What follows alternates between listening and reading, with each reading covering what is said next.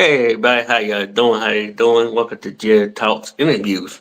As I interview with people that have YouTube channel or a business.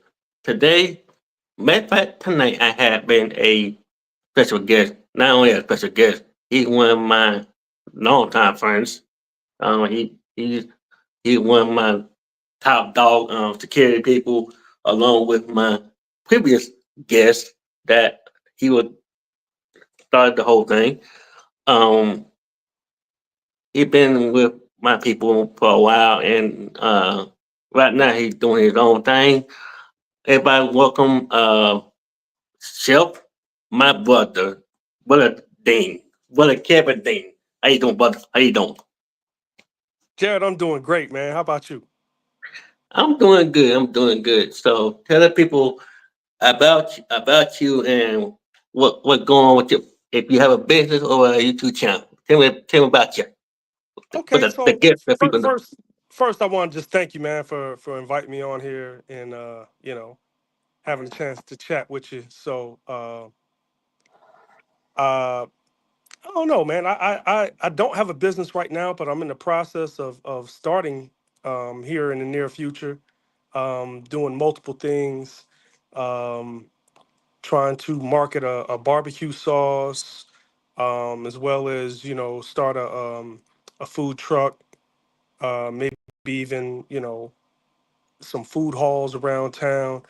Um, but cooking is my passion, and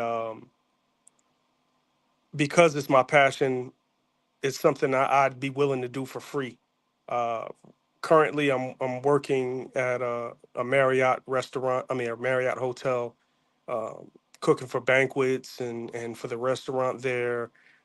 So I'm doing that, but at the same time, I'm just trying to perfect my menu and let people taste my food to see what what's good and what's not good.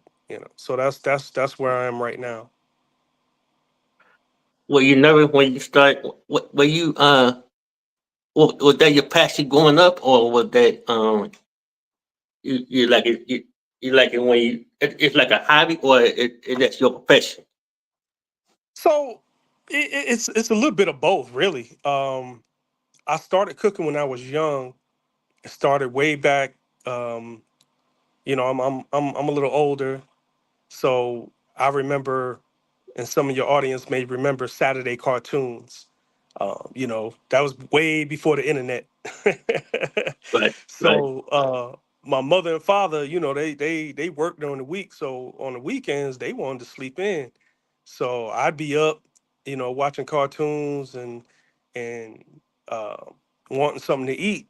So it started off. I was probably about 9 years old, and my mother just started showing me simple things, to get up and fix myself something to eat, so she wouldn't have to be bothered. She could rest. Because I was getting up early. I was up, 8 o'clock on a Saturday morning, and they trying to sleep. So that's where it started for me, and I really just got interested, and then it just got to the point where I started watching what she was doing in the kitchen, and not just her. A lot of my family members were really, really good cooks. So um, I know I used to spend some of my summers with my grandmother, my mother's mother, and I used to just watch her. And I remember her making biscuits and homemade breads and just stuff. And I would just sit in the kitchen and I would just watch. And it's amazing what you can learn just by watching. So that's where it started for me. Um, and both of my parents cook. My father's a really great baker. That's a passion that I haven't quite um, gotten close to. I mean, I can bake, but baking is a little different from just regular cooking. Baking Mm-hmm, is very, very precise. mm-hmm. Um, and if you don't do exactly what the directions tell you, sometimes, actually a lot of times, you have to end up starting over. But I mean, I can do a little bit. I do a little something, something. Um, but yeah, that's how it started for me. And it's something I love. And throughout the years, people would tell me, man, you need to open up a restaurant. You need to do this, you need to do Mhm, that. And I was like, mhm, yeah, okay. And it's funny because my very first job, I was 15 years old. mhm, My very first job was working at a Mrs. Winter's chicken and biscuits. mhm, Um, and I started off frying chicken. And I learned how to fry chicken and whatever else, steak biscuits and chicken biscuits and all that. mhm, Um, and then I learned other places in the restaurant. I learned how to make the biscuits. I learned how to make the cinnamon swirls. And then I started working, the register, the drive through. mhm, Started working the grill. Worked my way up to shift leader. I went off to college for a couple years, and then I came back, and eventually became an assistant manager. But then I kind of got away from cooking. Did about 10 years of just doing odd jobs because I was in the music business.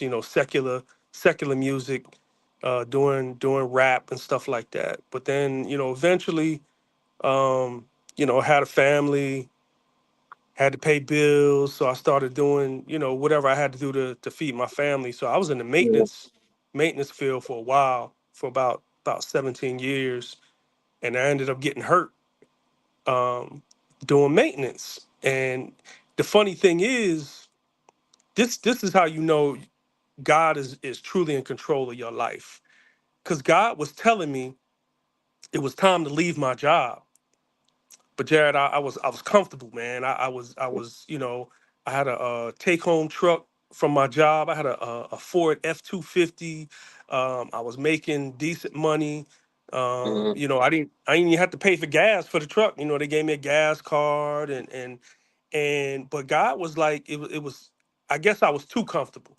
In order for you to grow, you have to get out of your comfort zone. And Right. God told me to leave, and I didn't leave. So I ended up getting hurt on the job, and Mhm, I hurt my right shoulder, and I ended up having to have surgery. So I had a workers' comp case. So I was out. God was really just talking to me, and it was like, you need to go back to school. You need to get your degree in culinary arts. So I said, okay. So I went back to try to do that, but I had some some school loans that was in default, so I wasn't able to do that. And this was probably around, I say, about 2012, 2013. mhm, And so what I did, I got my loans and forbearance, and eventually I was able to go back to school. So around 2016, I gave it another try. But before that, I ended up getting me another job doing maintenance. Now, God had already told me to leave maintenance alone, and I didn't listen.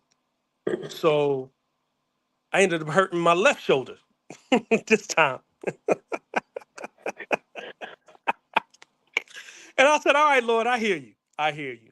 I was disobedient, but I truly hear you this time." So then, after I hurt my shoulder, my left shoulder, I that's when I was finally able to get into school, and I went to Atlanta Technical College. I did my research on a lot of different culinary programs in the Atlanta area. The Cordon Bleu, the Art Institute. Everybody had their own little program, but they were all really, really expensive. And then I looked at Atlanta Technical College. They had been around for like 30 years, mhm, and they were probably less than half the price of what these other programs were. So that's where I ended up going. And I really feel like that's where God led me, because I really met some incredible instructors there that are still part of my life today. I can still call on them and ask for advice, and just pick their brains, and whatever. And they still support me. Even some of my classmates that I was in school with. Now this was 8 years ago, started in 2016. It took me probably like 3.5 years to get my 2 year degree because I was working full time. Um, but and it was hard because I decided I was going to work in a restaurants while I was going to school. So that's what I did. Um, and I think I benefited from it. Really, not only because I was using the skills that I learned in school as I was working, but I was able to show my classmates some things because it's a lot different from just being in the classroom than actually being in a restaurant. Some Hmm. things are the same, but a lot of the things are different. So that allowed me to, God was enabling me to help my classmates better themselves as well. So yeah, I was working throughout the time I was in school, and I finally got my degree. Um, and I've just continued to work in the industry, just working in different places, just picking up little bits and pieces from here and there. But ultimately, I know God wants me to have my own thing, um, and I think that I finally listened to Him, because this is what I love to cook. I really do. I love to cook. I love to bless people. I love to watch them eat my food and see their reactions. Um, and a lot of times I don't even think that I'm such a great cook, but I think it's what God has put in me, and I'm able to put that in my food. I pray over my food. I ask that the food is not only pleasing to the taste and pleasing to the sight, but let it bring unity, let it bring fellowship, let it bring peace, let it just bring joy to the people that are eating it. And I really think that's what the key to my cooking is. To be honest with you. Let's go. That's a amazing story. I mean, I enjoyed it. But let's run it back to the beginning. Like you Okay. said about you learn when you learn from your grandparents and everything. Uh huh. Were you taking notes when you learning how you cook? Were you watching your grandparents cook? Were you sitting down and taking notes of what they were making and I like was write down the recipes and stuff like that? No, no, no. I was really just taking kind of mental notes. I Mm-hmm. wasn't really Memorizing writing them. the recipes. Yeah, and when at that time, I was young. I wasn't necessarily memorizing recipes, but I was just kind of Mm-hmm. watching what they was doing, and Right. and I just thought it was amazing, how you could take flour and take milk and butter and mix it together and make biscuits. You just take simple things and mix them together, and then you come out with something that looks amazing, that tastes amazing. To me, that's like magic, and I used to, like, I was amazed by that. So at that, at a young age, no, I wasn't necessarily writing stuff down. It wasn't until I got older that I start asking questions, you know. And then it actually wasn't until I got into probably a young adult that I really started writing stuff down and copying recipes and stuff like that. Up until then, I was just freestyling. I was just kind of going by what I saw and flavors that I liked, and just kind of putting them together, just kind of experimenting. That's how I started. Were you nervous? Were you sitting there watching them cook? So were you like, were your grandparents were telling you to come on and I would teach you how to cook? Were you nervous? Were you as you No, started? I wasn't nervous, because number one, I was around people that I loved, Mm-hmm. and to me it was almost like, when you're young and you play games with your parents or your aunts or your uncles and stuff like that, and it was Mm-hmm. almost like we was playing a game. They was just showing me something that they did, and they let me try. Start off, maybe you just adding the milk, and maybe you get the spoon, you get to stir a little bit. So it was more like a game. So it was nothing to be nervous about, because you know Mm-hmm. they weren't judging me. They were just showing me and just letting me start. Just get kind of dip your toe in the water. You know what I mean? Hmm. Yeah. So when you got older and started cooking for yourself, what was your hmm first dish? What was your very first dish that you made? Um, my very first dish, if I remember correctly, was probably scrambled eggs. Oh, you said as an Okay. adult. You said as an adult? Yeah, as an adult. Oh, When as you an actually started, adult? yeah, wait. Okay, as an adult, my first dish was probably what I if I remember correctly, it was probably smothered pork chops. Ooh, okay. Ooh, And it's funny because that's something I learned just by watching was making the gravy. And I mm-hmm. remember I used to watch my mother make gravy after she fried chicken. She get a Okay. little have a little grease in the pan and add a little flour, and then a little bit more oil, a little more flour, and a little stir around, and add some water to it, and some salt and pepper, and before you know it, you had gravy. So I that's when I fried my pork chops. I made the when you take the oil and the flour, make it together. I didn't know it then, but once I got to culinary school, they call that roux. It's spelled Roux, roux, Right. and Right. um, that's something that I that was like one of the first dishes I made, and I'm gonna tell you once I got to culinary school, I was amazed at how much that I already knew. There was a lot of things that I already knew because I had learned from my mother, my father, um, my aunts, uncles, grandparents. Now I didn't know the names of them, but I knew that what they call the technique of making roux and doing other things, but I had no idea these were actually culinary techniques that they teach in schools and stuff like that. So that was pretty exciting for me to know that there was a lot of things, like I said, that I had learned without even going to school. Did you go to culinary school? How long would you? How long were you in culinary school before you actually started doing your own thing? So I started culinary school in 2016. Mm-hmm. In that same year, I started working over in the cafeteria at Atlanta Metro State College, which was like Mm-hmm. right across from Atlanta Tech. Right. Um, Right. and when I was working there, shortly after I worked there for probably about 6, maybe 7 months, and then I ended up getting a job working at Cheesecake Factory in Buckhead. Um, and As a chef or as a like the student of the game. Well, I was a what they call within the kitchen. You have different people who have different positions.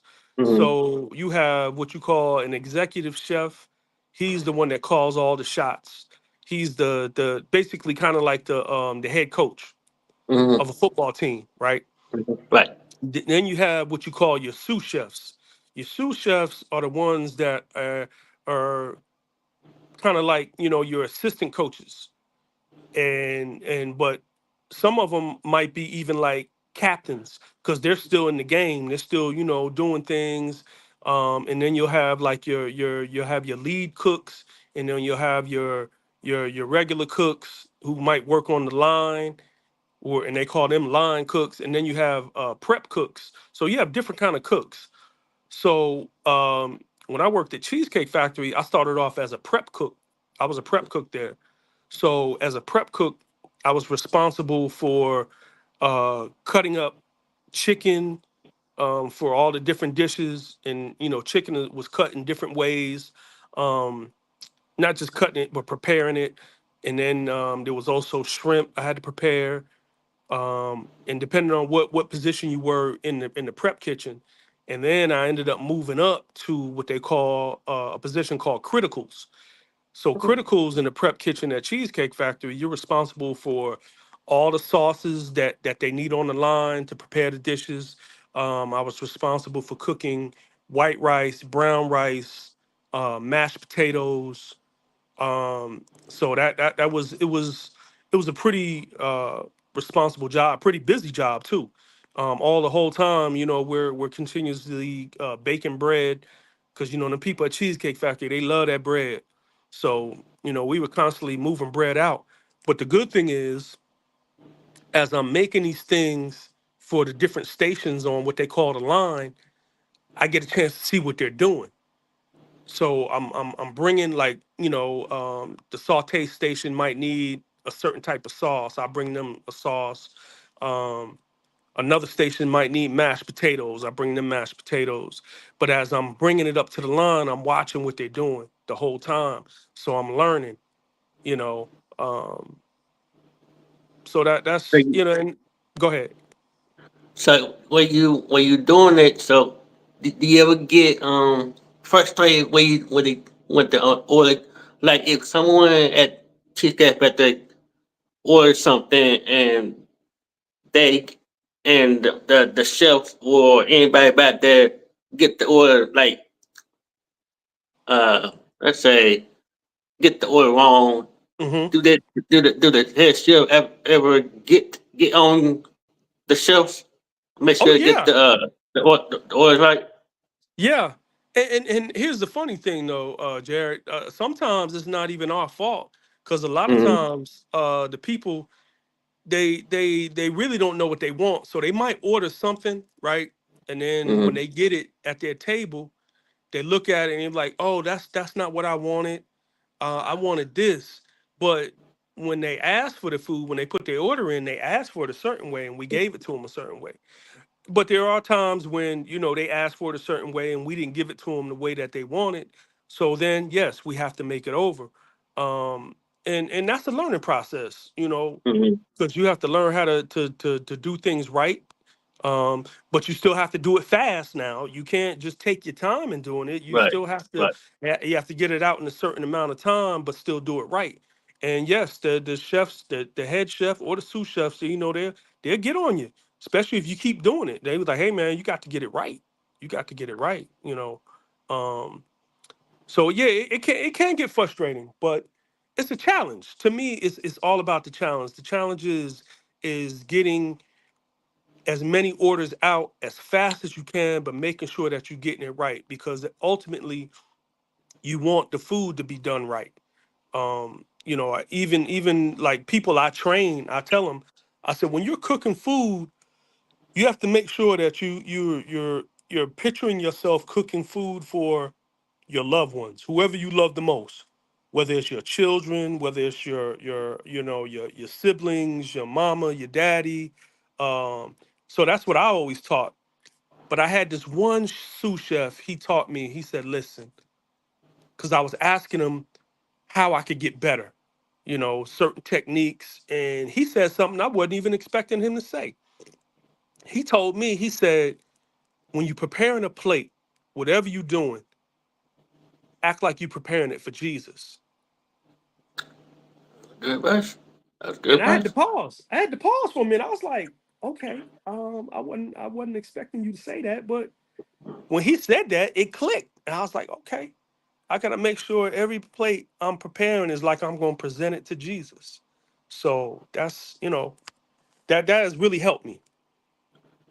What was the popular dish do you ever prepare? What was the most popular dish or the highest dish that you ever sell ever sold at Cheesecake Factory? Um, I'm trying to think.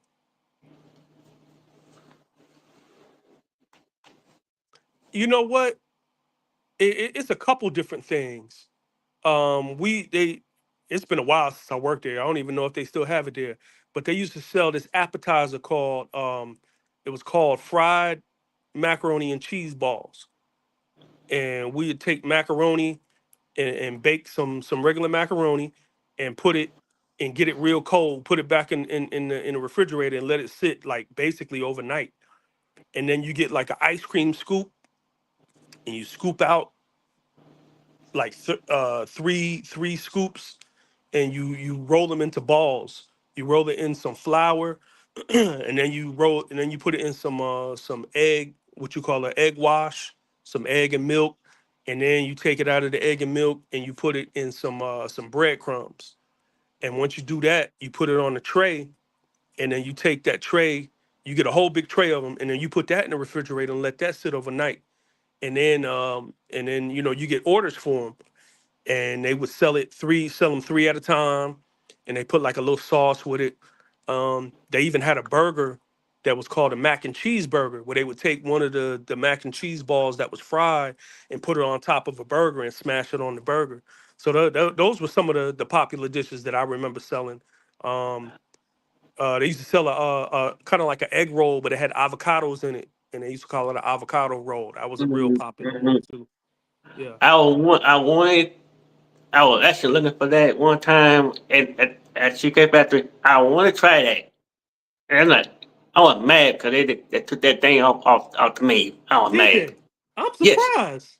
I That was thing used to mad. sell, man. It was good. I know it was good. Yeah, it But was.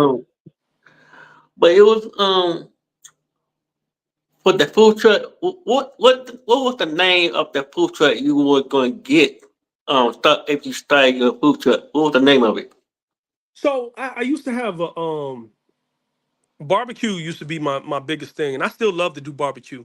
So the I had a name of my company, my catering company at that time, when I was doing catering. It was called Holy Smokes Barbecue. Um, but I later found out when I tried to register the name that somebody else in the state of I Georgia recommend. they already had the name and it was already Mm-hmm. registered, so I couldn't use it. Um, so I still have to. I have an idea for a name. I don't want to say it out loud because I don't want nobody to take it because I don't have it registered yet. But yeah, I've got an idea. And like I said, what I probably end up doing is trying to get my barbecue sauce bottled and get that marketed first, and then I'm going to go ahead and I got some financial things that I'm working out now before I even start. People don't realize before you start your business, you got to get your personal finances in order, because if you don't, then that's going to affect your business. So, yeah, I'm Right. working on some things and I'm about to get my LLC and we're going to get some things moving. I've already got some people that are willing to let me, park my truck on their property, a couple barbershops and a couple other places. So, yeah, and I'm actually thinking about opening up a laundromat too, because that's been a long, big idea of mine. Is because a lot of times people go to laundromats, they have to spend a lot of time there, and a lot of times they don't have nothing to eat. So I always That's wanted to true. have something close by, whether it be a food truck or maybe within that same building, you know, Right. a place for people to eat. So that's an idea of mine as well. So um, yeah, I got some things, I got some ideas, Do you do Jared. you have do you have any it open that own your own restaurant as part of your um in the future? That's the possibility. Things are changing now. Ever since COVID, when it comes to restaurants, a lot of things have changed. So your food trucks, tend to do better. You got all these like what they call dining halls now, where they got all these places where they got like like a small restaurant inside, Mm-hmm. and you just pay like rent and you just use that spot. Getting a what they call a brick and mortar, like a building, Right. Right. can be really expensive.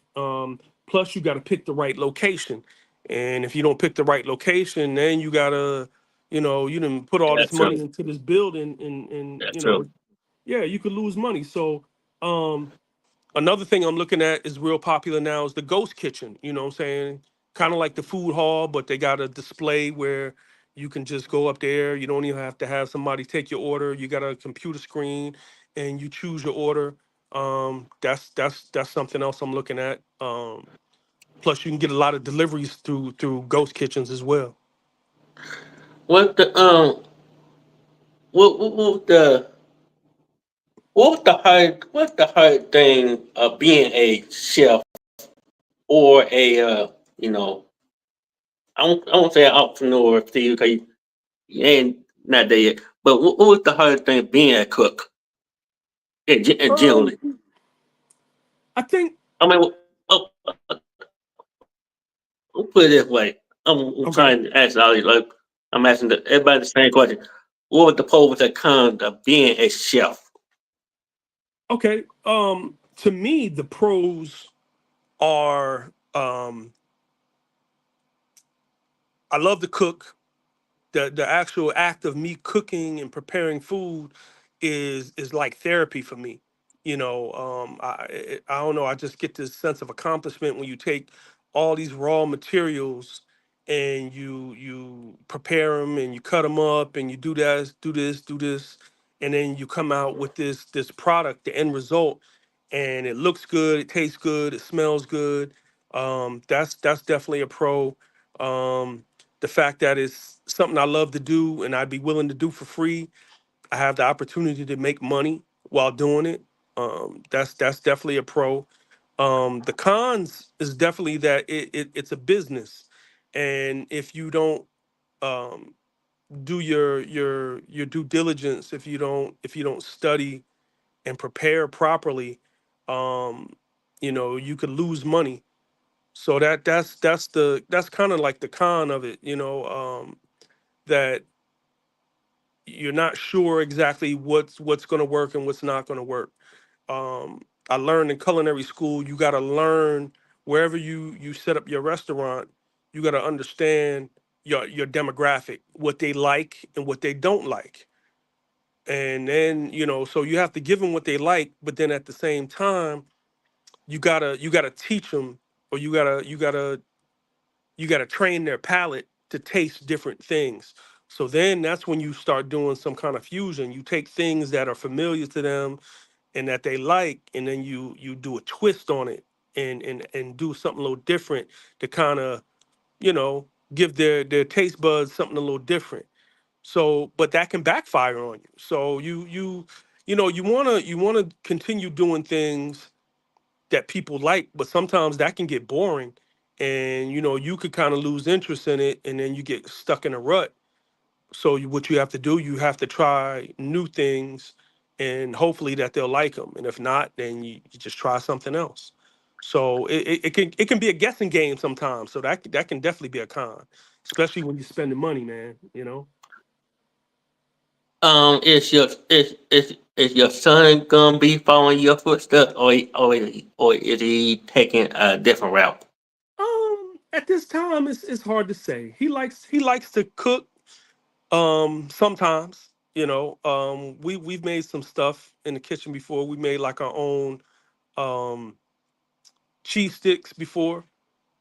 Take some string cheese and kind of do the same thing we did with the mac and cheese balls. Put it like in flour and then egg wash, and then instead of breadcrumbs, we ground up some Cheetos, some flaming hot Cheetos, and we made some cheese sticks like that. It came out really good.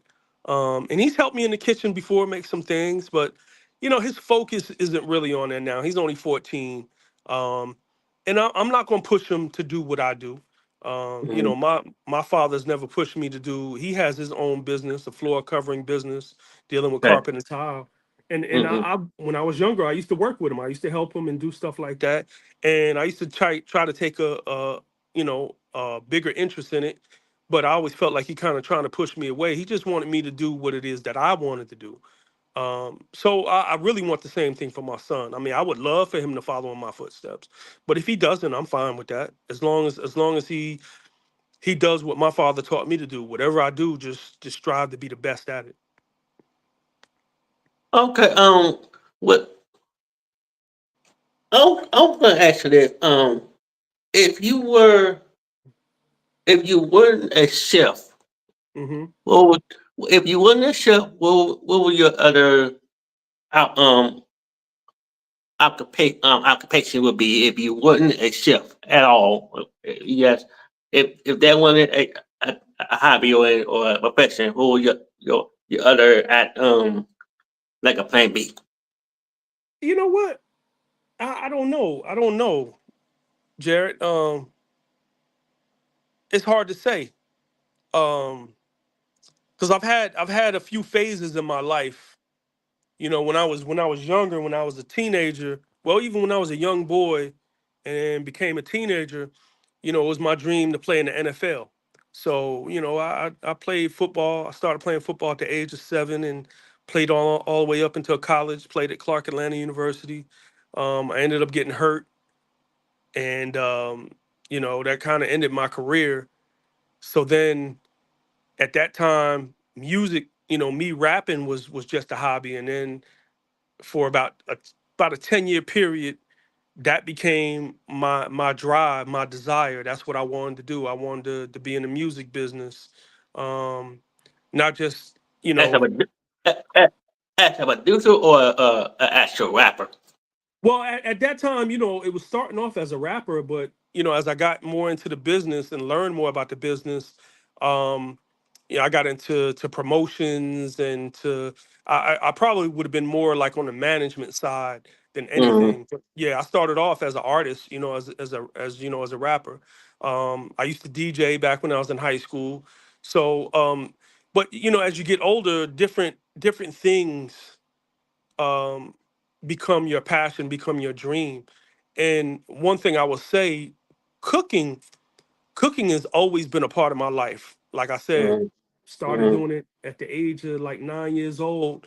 My very Mm-hmm. first job, paying job was a cooking job, and these are things that I could do well. So to be honest, if I wasn't cooking, I don't know.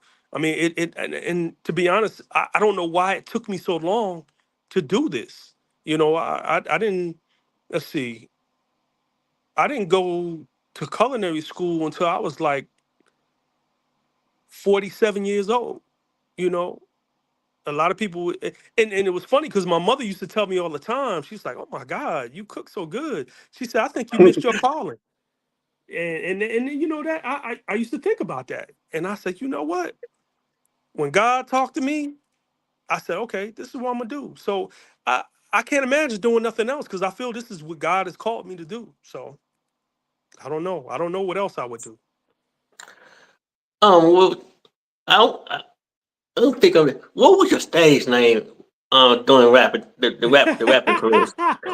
Why you gotta go Since you there, brought that up, Jarrett? since you brought that up, what was your what was your stage name? But I want to hear this. What was your So stage name? my name is Kevin Dean, so my initials are KD. So that was my rapping name, but my stage name. But it wasn't just the letters KD. Mm-hmm. My it was I spelled it KAIDEE, and it was an Right, acronym. right. It was an acronym that stood for keeping acquired information distributed everywhere evenly. Because I was more like a Wow. conscious rapper. I used to like to spread knowledge. Um, Oh, growing like a up, Christian rapper? well, it's funny. I wasn't a Christian rapper, but I didn't cuss in my lyrics. Cool. Um, and Okay. this was before I got saved. Yeah, this is before I got saved. Cause my favorite rapper at the time was Right, Rakim, right. and Rakim didn't cuss in his lyrics. So I kind of patterned myself after Mm-hmm. him, even though I wasn't saved and I wasn't Christian. But yeah, I didn't cuss in my lyrics. Yep. Okay. When you cooking, who's your idol growing up watching who as chef? Who your people that you grew up watching watching like a cooking show? Who was your favorite cooks? Um, Or do you have one? Or you had one? not Do you really. ever I watch mean, cooking show? Do you ever watch cooking shows? Watch oh, them I cook watch them. or I watch them all the time now. I watch them all the time now. But growing up, there was a few. There wasn't a whole lot. I remember, what's her name? Julia Childs used to be on hmm TV, and I hmm thought she was funny just because of the sound of her voice. But um, like I stated earlier, the people I love to watch was my family. That's one thing, because one thing used to get me was a lot of times it was the smell, just the smells that was coming out of the kitchen. I was just like, oh my God, hmm how are they doing that? So that's what used to get me to sit down and I would just watch. So that's before they had cooking shows, that's all we really had. Like I said, that back in them days when I was younger, they didn't have a lot of cooking shows. But the Food Network, That's I true. love to watch the Food Network now. Mm. Um, yeah, so there's a few people I like. What's his name? Guy Fieri. I like to watch him. Got experience. Um, yeah, I Got like experience. him. And then there's what is his name? Ah, Lord, I'm at a loss now. I'm Which one? trying to think I help you out. everybody. Which one? Um, oh, I remember his name because I read his book too. He's a guy named Marcus Samuelson. Okay. Yeah, Yeah. his Yeah. story is really interesting. He was born in Ethiopia, but he was adopted because his mother died of a disease, making sure him and his sister got to a village and got safe. And Hmm. they were sick too, so they made it. They got healed, but their mother ended up passing away. Right. And it was a family in Sweden that adopted them. So even though they were Ethiopian, they were black, they were raised by this white Swedish family in Sweden. And, he ended up going to culinary school and it was hard just because of his color. He was treated a certain way, but he persevered and he's become a really good chef. He has a famous restaurant up in Harlem, New York called the Red Rooster. It's famous for their fried chicken. And he has a restaurant here too in Atlanta on Edgewood. I haven't been there yet, but I want to go. Mm. I plan on going. But yeah, Marcus Samuelson, I really like him as well. What the so what kind of advice for the people who want to be a chef or a sous chef or whatever? What kind of advice do you want to give them to become one? Um, I say just like anything else, pursue your dreams. But at the same time, you need to you gotta go to work. And when I say go to work, it means you need to constantly read information about cooking, watch cooking shows, learn everything you could possibly learn. You don't necessarily have to go to culinary school to become a chef.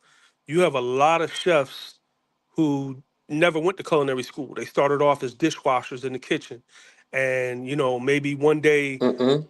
one of the cooks didn't Oh, show up and they what? say, "Hey, Go ahead. we need some help over Mm. here cooking," and they pull them out of the dishwashing sink, and they end up cooking. A lot of chefs have started off that way. But I say if you do want to go to culinary school, and I think it's a really good idea to go to culinary school, do your research. Do like I did. I didn't just pick one. I looked at you know I think I looked at maybe like five different culinary programs, and I actually went to the schools and went for visits and took tours, and you know, a lot of times word of mouth to find out. Do your research and find out statistics and all that. But if it's something you want to do, I say do it. It's hard. It's a hard job, and a lot of people don't realize that it can be a dangerous job. But if it's something that you have a passion for, it's worth it. There's days that I'm tired. Had a rough day at work today, but I've been in situations where different restaurants where it's just like, oh my God, it can be so hard, and it's going to be hard because it's going to be so busy. It almost feels like you just got jumped and beat up. But guess what? I want to come back. I want to come back the next day. So it's great to have a job that you really love. Something If it's something that you were willing to do for free, but you're going to get paid for, I say go for it.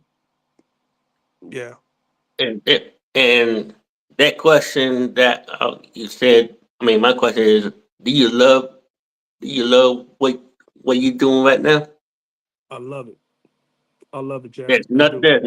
There's nothing else you can do. I mean, there's no other job that besides cooking that you don't want to do. I mean, so I mean, let's be honest. I mean, I know I'm this. gonna tell I you. mean, I know I'm there's gonna tell you. another job, but The it, only that other it, only other thing I love more, I'd say, than cooking is being a parent. I love being a parent. Um, mhm. but you know what? It's funny because even at work, I'm kind of like a parent because there's always some young people that are there. We've got some interns that are there now, and they're constantly asking questions, and there's even some people who I work with who are young, who are just finishing culinary school, and they're coming in, and it's almost like they're my kids. So it kind of goes hand in hand. I get a chance Mhm. to do both on my job because I love, I love teaching. I love to teach. I love to pour into people. It's a ministry for me. You Right. know, it is. It's a ministry.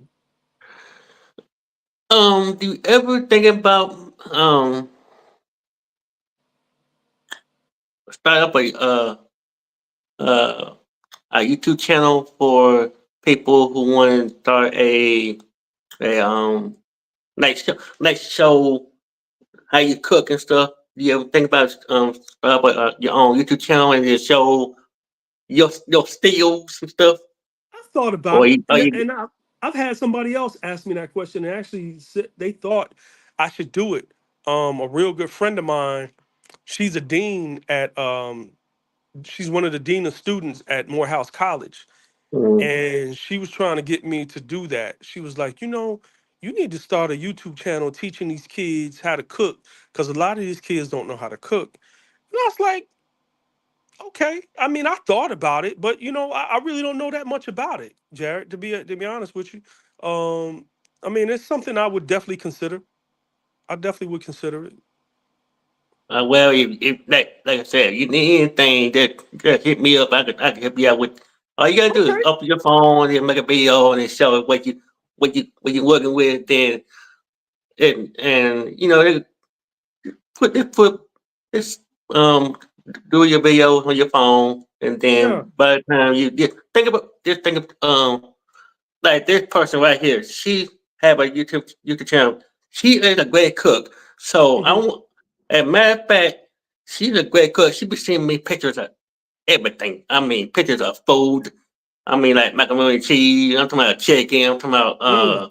but um, greens. I mean, everything. So as a matter of fact, you and I would love to get you two to together and have a conversation and stuff. But Okay. yeah, but yeah, I want you to get up there on that YouTube channel and teach teach kids how to learn how to cook. Cause this right now they're not cooking nothing. They're just Yeah. throwing stuff in there. They're not making things right and stuff. So I'm just giving you an idea. If you want, I mean, if you want to do it, go do it. And just if you need some help, I help you out with what you need. You need some see some assistance. Okay. I So appreciate I've that, been man. here for two That's years and I've been doing this forever. So like I said, you need anything, just let me know. I and you want to do study yards or anything, I get you up there. okay. But but one last question before we leave out of here. I know it's Okay. about too early, but the do you ever when you in the kitchen, do you ever found something, let's say, unusual when you start cooking and it's like you ever seen something unusual running around in the kitchen and you're not paying attention to it, like an insect or like in the kitchen you find like a rat or You know what? I've been very, very fortunate. I've been very fortunate. I've worked in over the last 8 years. I've worked in a few different places, um, and very rarely do I see problems like that. Um, Not so much in the kitchen. I remember one time at Cheesecake Factory, they had an issue out in the dining room with with mm, with some bugs. Um, but I've never seen any rats at all in any places that I work. Although I've heard, mm, like in the food court over at Lenox Mall, I heard they've got some a serious rat problem over there. And luckily, Cheesecake Factory is on the other side of the mall, so maybe that's why I never saw any rats over there. But What most of the kind of places, huh? what kind of unusual? If you see, like, if you ever seen kind of like, if you see like a uh rats or anything, do you ever like freak out or anything, or you just mind your own business? No, I mean, I wouldn't freak out, and I'm not gonna mind my own business either because I don't want to work. I don't want to work nowhere they got no rats, man. I don't want to work nowhere they got no rats and no roaches. I ain't doing that, bro. So I mean, if I see something, I'm definitely gonna let somebody know. But most of these restaurants, um, they have a ongoing pest control. You know, they have somebody to come in. Usually, it's like this company called Ecosystem, and they'll come Mm. in and they spray and they'll put um, these bait boxes up for rodents and stuff like that. So I mean, I'm not gonna say that they're not there, but all I'm gonna say is I hadn't seen them. Well, let's see. What was the? You ever had when you cooking and it's does it? You ever seen like a fire go like screw shot up in the air and like what kind of is that part of cooking where you put something in like a olive oil or anything and the fire that shoot up in the air and come back down. What Yeah, that? yeah, that's a common thing. I guess when you first start, it can be kind of scary, but Mm, the more you do it, it becomes, there'll be sometimes, you hold the pan and you be tossing food, and because you got oil in the pan, it'll catch on fire. But it's gonna go out. If you panic, you're gonna lose control and the food's gonna burn. But you're so used to it, all you gotta do is just keep tossing it. The fire's gonna go out. Um, but I will tell you you ever one get thing. burned? Oh yeah, that's part of the job, man. Burns, bumps, bruises, cuts. Um, Mm, man, I this thumb right here, I took off almost a third of my thumb one time on this thing called the mandolin, and I was slicing, mm, and this carrot got stuck, and I went to go push it, and swoop, mm. and it took off like a third of my thumb, and Wow. that thing hurt, man. That thing hurt. Mhm. So it's what they call occupational hazard. Ain't a chef I know that ain't been burned or cut or bumps and bruises. It's a part of the business. So you gotta love it. So, I know you want to come when I remember when you were at FCC. I'm on Yeah. there one time. We were at FCC and you were making burgers and everything. I was like, this man know how to cook. Those burgers, I'm telling you right now, those burgers you made was off the chain. Oh And man, I'm I'm sorry, glad you enjoyed those burgers was off the chain. I was like, what he it. putting in these burgers? I'm like, what he putting in these burgers? I'm like, seasoning, look, it was seasoning good, it was taste Uh-huh. good, juicy. I'm like, this is why people need to hire him. I'm like, this is why they need to hire him because this is too good. Pastor Pastor Robinson now Yeah. he's Pastor Robinson ran my spirit too. So Okay. and he was like, I mean, he was learning for you. I'm like, what? I mean, when you put the or the cherry wood or where the wood you put taco you put in there. I Uh-huh. was like, wow, that. I was like, no wonder it would taste so good. I was like, oh, look at this. Look at you. That's why You you need to remember, start huh? early. That's why you start early. But I want to thank you very much for coming up with my channel, boy. I really appreciate it. I'm Oh, glad we had anytime, this brother. conversation, Anytime. and I would love to have you back again Sure. and the Sure. next later on when the business up running and we can you can show and everything. So, Okay. but yeah, I want to thank you for coming up here and show everything.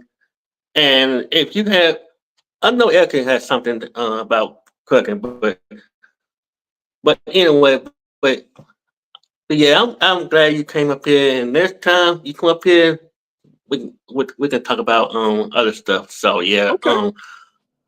one last thing. Okay. Um, when when see your son is 14, Yeah. and he said he's not gonna be thinking about make cooking anytime soon. Did he have any, let's say, goals in mind when he gets older? Um, right now, um, he's got football on his mind.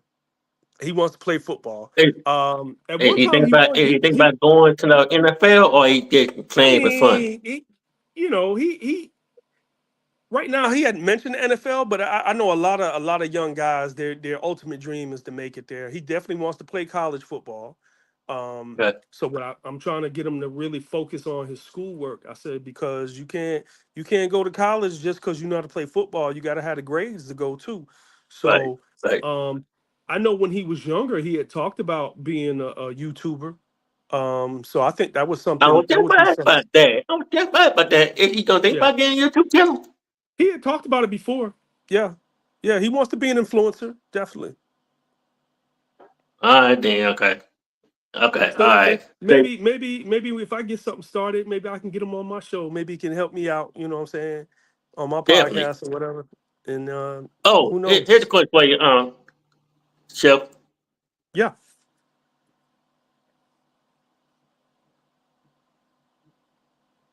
Have you ever cooked duck? duck. Yeah. Yeah. Oh yeah. Yeah, I've cooked duck. Sure have. When I used to work at Kennesaw State University, at their Marietta campus. I'm gonna tell you now, them kids at Kennesaw, they eat real good. We used to cook duck for them sometime. Yeah, I've cooked duck before. Duck is good. Is it like what have you? Is it like taste like what it tastes like chicken? I know It, everybody keep. I know everybody keeps saying it tastes like chicken. Look, look, I never had chip duck. I never had pig or whatever, lamb or anything. But really? you know, Oh man, I make mm-mm. some really good lamb. I'm gonna have to cook some lamb and let you taste it, man. I make some really good lamb. Okay. But duck is good. Duck is a little greasier than chicken is, because they stay in the water a lot, so they have a lot of oil in their body to help repel the water. But it tastes a lot like chicken. It's almost like imagine a chicken that's almost all dark meat. It's like all even the breast part is a little darker than like the breast of a chicken. So, but it's got a lot of good flavor. A lot of good. Matter of fact, they use duck fat to cook with, and duck fat is really is it's got a rich flavor. It's a lot like pork fat. So if people who don't eat pork, a lot of times they'll use duck fat and cook with that. It's really good. All right, all right. Good. On that note, we're gonna end to that. Yes, sir. And again, I appreciate you coming up here. Next time you come up here, I will definitely have what more questions about it. So Okay. again, thanks for coming up here, and I will definitely and make sure. And matter of fact, go ahead and subscribe to my channel. Yes, And sir. and when I go live every day, you see me know I I'm gonna know check you you out. and you see me in the chat. I'll see you in the chat. So, but Okay. yeah, Okay. but so I want to drop you down, and you have a wonderful night. Tell it. I don't call him little man anymore. He's too big. Tell your son hi for me. I will. Tell I your will son do hi that. for I me. will do. You know I'm always big brother. So yeah, let me know Yeah. I'm here for him. So Thank you. all Thank right. you, Jared. I appreciate you for having me, man. I really do. No I problem, my enjoyed it. brother. No problem. All right. All right. That's all right, y'all. That was my brother. Chef Brother Dean, Kevin Dean. I was happy. I was happy to interview him and everything else, and it was great to see him. So I'm happy for y'all to come in and show some love. I will have another interview Wednesday night. I will have an interview Wednesday night. I am not going live tomorrow at all on the bit channel at all. So you, so yeah. But anyway, I'm finna go and get out of here, and I am gone. I see y'all Wednesday morning and Wednesday night. So I'm still waiting on I am gonna get confirmation from my guest Wednesday night. The Thursday night live, she is gonna make it. Try to make it, but yeah, we're gonna make it. I mean, gonna do it. The Saturday night live,